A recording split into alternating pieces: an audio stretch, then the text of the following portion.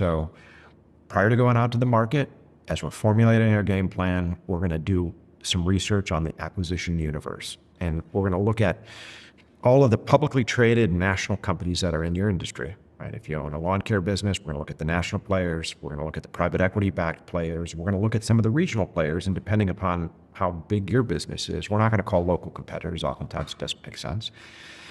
We're going to be as broad as we possibly can with finding the acquirers to put into the acquisition universe, but we're not going to boil the ocean. We're not just throwing things up against the wall.